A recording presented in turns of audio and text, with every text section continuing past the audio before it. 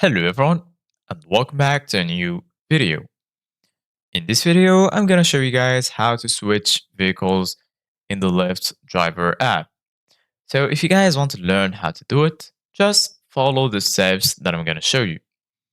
As you can see guys, I'm right now in this website where I found a guide that's perfectly explained how to quickly and easily switch between vehicles.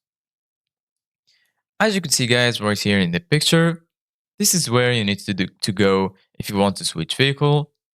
You go to your settings and right here you're going to find dashboard, driving history, driver info, and under it you're going to find vehicles.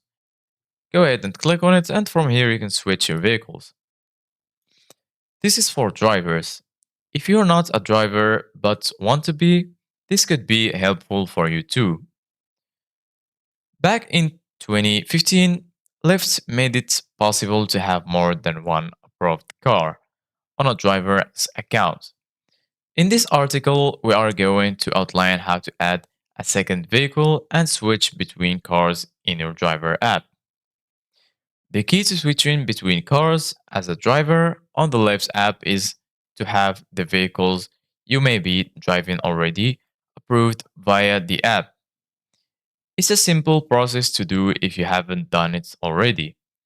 Before doing anything, you need to have a local mechanic fill out a simple inspection form making sure your vehicles are safe to drive. You can register your vehicles on a computer or through the app by way of the vehicles and docs or vehicle page.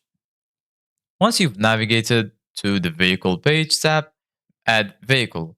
Fill in your vehicle information, provide a photo of your insurance, a photo of your vehicle, and a photo of your inspection form.